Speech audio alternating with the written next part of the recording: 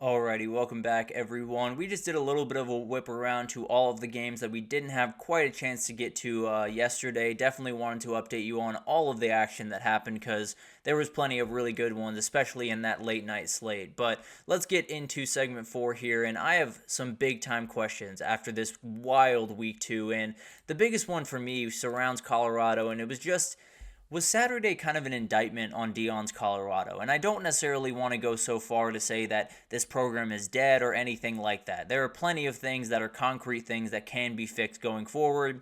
And frankly, I think Deion is capable of making those changes.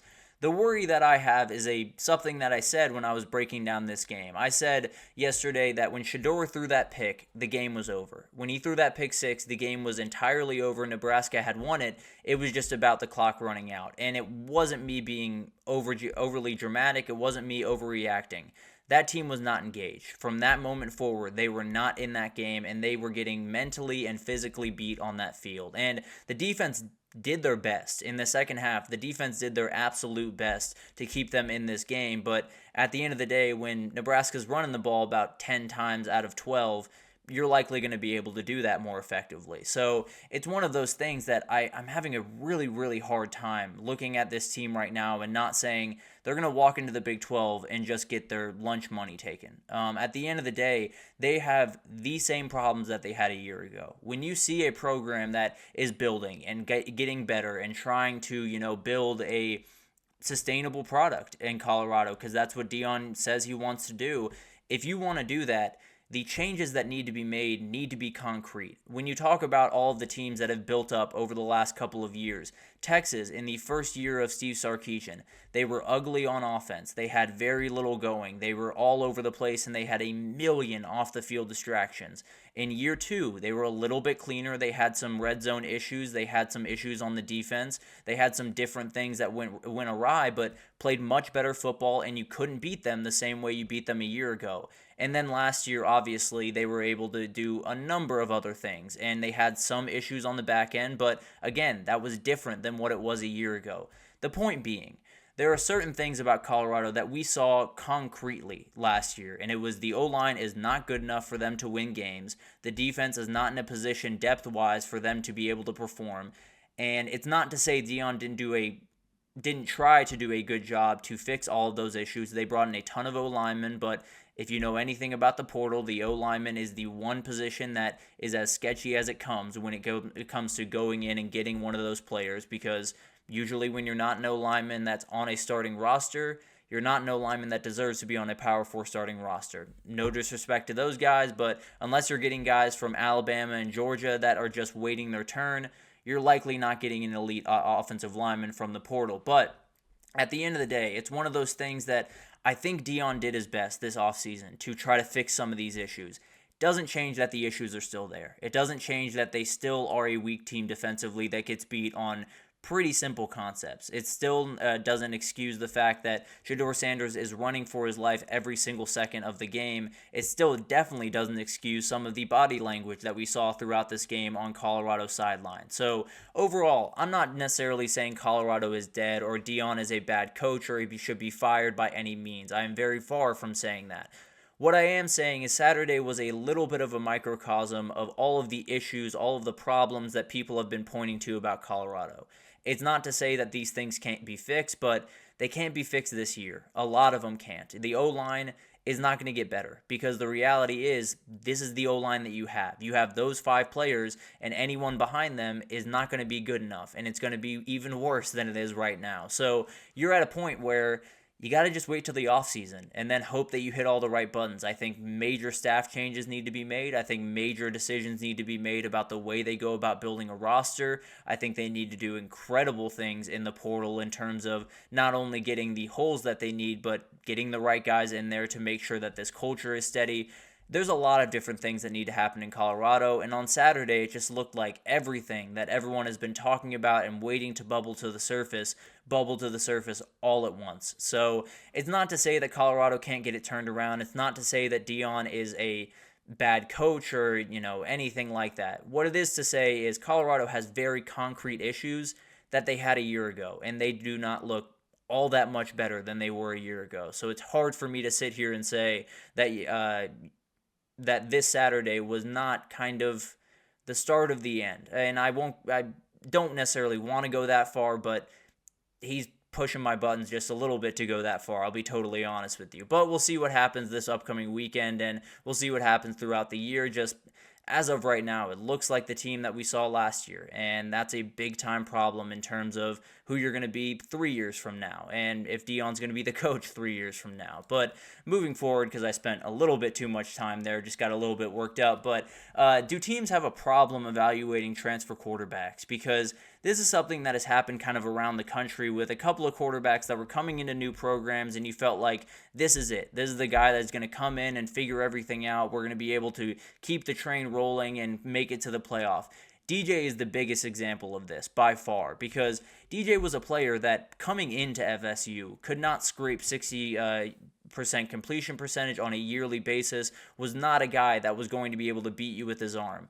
And then he walked in, and there were a lot of concepts that were asking him to beat teams with his arm. And it wasn't necessarily like it was beating you over the head with it, and a lot of this has to do with the offensive line not being as good as we once hoped they would be. But at the end of the day, it felt like Mike Norvell and Alex Atkins just had no idea what quarterback they had. It looked like they got a name out of the portal and then said, you're going to be this thing. And he's like, well, I play this way and I can't be that thing. So it's kind of just trying to make one player something different than what they are. And then the other example of this is Riley Leonard over at Notre Dame, because they hired Mike Denbrock in this offseason. And Mike Denbrock, if you remember anything about that LSU offense, likes to push the ball downfield. He likes to be dynamic. He likes to play around with a lot of different things in the pass game. They went out and got a mediocre passer. Riley Leonard is a little bit better than DJ. He is not a ton better. So you're putting him in a position where you know that you have to get a pass game going. You know that that's the difference between you making the playoff and you falling flat and losing to an NIU team at home. And you went out and got Riley Leonard. I really like Riley Leonard. I think he's a really good player. I think the fit between him and Mike Denbrock is about as bad as there is in the country. So overall, Miami's got to feel really good right about now. They look like geniuses because they got Cam Ward. They knew exactly what he was going to do, and that was exactly what they wanted to do on offense. And there's other examples of some just whiffs in the portal that make me feel like they went after a name, they went after a ranking, and then figured out, oh, this guy has very big deficiencies that go directly against what we want to do on offense. So it'll be interesting to watch this develop, but as of right now, the transfer quarterbacks look just all over the place. Where's the line in college football right now? We talked about this earlier on, so I won't waste too much time here, but I think when you talk about it, a lot of people would say it's UGA and Texas and everyone else. And then some people would add Ohio State to that, me being a part of that group. I do understand the argument for Texas and UGA being the top of the top and everyone else kind of playing for second, but at the end of the day, I do think there are a number of teams that have that argument. I think you could say if you're a Miami fan, that's where you cut it. If you're a USC fan, that's where you're going to cut it. At the end of the day, you can cut it pretty much any which way at this point. There are a number of teams that have proven themselves throughout the first couple of weeks. There are a number of teams that have just kind of played easier competition but have looked good while doing it. There are a ton of things that go into this, but at the end of the day, I think it's one of those things that whatever your team is doing, cut the line there and feel really good about yourself for at least a week until maybe some things change on the other side of it. But moving forward, I think what was the most impressive win of the season thus far is a very interesting question, because coming out of week one, everyone was pointing to that Miami over Florida game, and I think they were rightful to do that because Miami went into the swamp and took over that game. And then you had NIU over Notre Dame. I'm going to leave them to the side. That's the most impressive win. I can promise you that by probably a million miles. But I'm going to leave them to the side just for a second and talk about Power 4. But there's Miami over Florida, Texas over Michigan, UGA over Clemson, and Tennessee over NC State. Maybe Penn State over West Virginia, although I think that one's a little bit less so than the rest of these. So I think those are the four that you're really looking at, right? But the way I look at it, after this past weekend, the win Georgia had over Clemson was really impressive. And I think that might be the most impressive win thus far, because that's the only win that we just talked about where I can look at the team on the other side of the field. Clemson in this example, but for Miami it's Florida. For Texas it's Michigan. Clemson's the only one that I can look at and say, I still believe they have a chance to make the CFP. I don't feel that way about Michigan. I don't think they're a team that's going to be able to figure out those issues. I definitely don't feel that way about Florida. NC State, I think, could make some noise there, but overall, I don't necessarily love their chances as of right this second. So I think that Georgia win, we were talking about it kind of as the second best win of that first week, but I think it's the best win thus far. The domination that they showed over a team that walked into or played at home and dominated the App State just makes me feel really confident in what this team can do. So I'm going to roll with that for the time being. I think UGA has the biggest win as of right now, but let's get into some Heisman candidates. Who are the top 3 Heisman candidates as we go into week 3? And for me, it's easy. I think there are a number of people that you could throw in here, but for me, the top 3 is an absolute layup. And Ashton Jeanty is number 1. I understand people are saying he plays at Boise State. He played Georgia State and it made it look better. Or Georgia Southern, excuse me, and made it look better. I don't care. He went to Eugene and almost topped 200 yards. This guy is an absolute beast. He's the best running back in the country, and he does stuff on the football field that makes your jaw drop. So he is someone that absolutely, in my opinion, has played better football than anyone in the country right now, and he is my front runner for the Heisman. Number 2, I do have Quinn Ewers. I think what he did this weekend was just outright incredible. There are very few players in the country that are playing cleaner football right now than Quinn Ewers. He is playing very, very confidently, doing everything that you would expect a third-year starter to do, and it's one of those things that a Michigan defense that I promise you is much better than what we saw on Saturday looked downright lost. And a lot of it was because Quinn Ewers was just so good. And frankly, he's a quarterback, so he likely would be number 1 for a lot of people, but I refuse to buy into that. I'm going to pedal the Ashton Jeanty train for as long as I possibly can. And then Cam Ward, I have at number 3. I think there's another guy that's playing with supreme confidence, and it's really surprising. I mean, coming into a team and playing with that level of confidence in the offense is just insane, but it's been remarkable to watch him go to work. I think between him and Quinn Ewers, it's very, very close. Those guys, you could split hairs and rank them any which way if you wanted to, but I do think going up to Ann Arbor against that defense was a little bit more impressive for Quinn Ewers. So although Cam Ward has put up just ridiculous stats and does have that big-time win at Florida, I would lean Quinn Ewers as of right now. It's very, very close, though.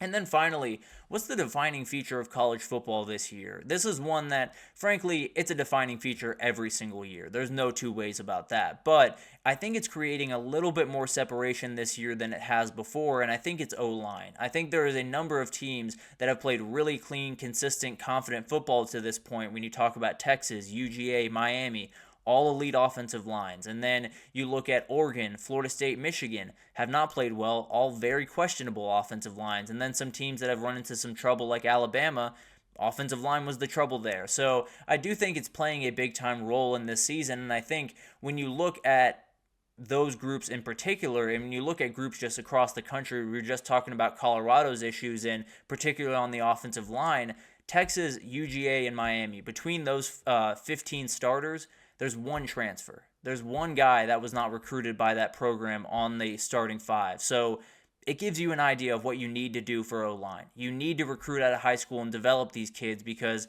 that's the only way you're going to have a dominant group. That was the same thing Michigan did, and they developed into the best unit the last 3 years. And right now, these groups at Georgia and this group at Texas have developed their kids for quite a long time, and they look like the best units in the country. So it's not necessarily to say that, like, O-line doesn't mean anything in other years. It means the world in other years. But I think this is a year with a lot of questionable D-lines around the country. And if your offensive line can get push against those guys, you might just be able to dominate. So I wouldn't be surprised at all if we look up at the end of the year and say, oh, the national champion also won the Joe Moore Award, because that's just the way I think this is going to go. And we saw it last year with Michigan, and we've seen it a number of times with a number of different teams, but I would be surprised if we didn't see that this year. And as of right now, if I was to give the lean to anyone, I think I would have to go the Texas O-line, just absolutely dominating people at the point of attack and doing really, really good work right now. But still plenty of time to go for Georgia, for Miami, for a number of these other teams to have their name known in that group. But at the end of the day, super, super fun to break this down. I think when you look at all of the questions coming out, there are a lot of, grandiose ones, but there are some nitpicky ones that maybe I'll get into a little bit tomorrow. But let's take our last break here, and when we come back, we're going to do a Top 12 Tuesday. very hard to put together. So we will try to get through this together. If you have any questions, you're more than welcome to drop them in the chat. But overall, I think I'm in between on this one. I'm very questionable about this one. I think pretty much everyone is ranking teams right about now. But we'll get to that right after this, so stick with us.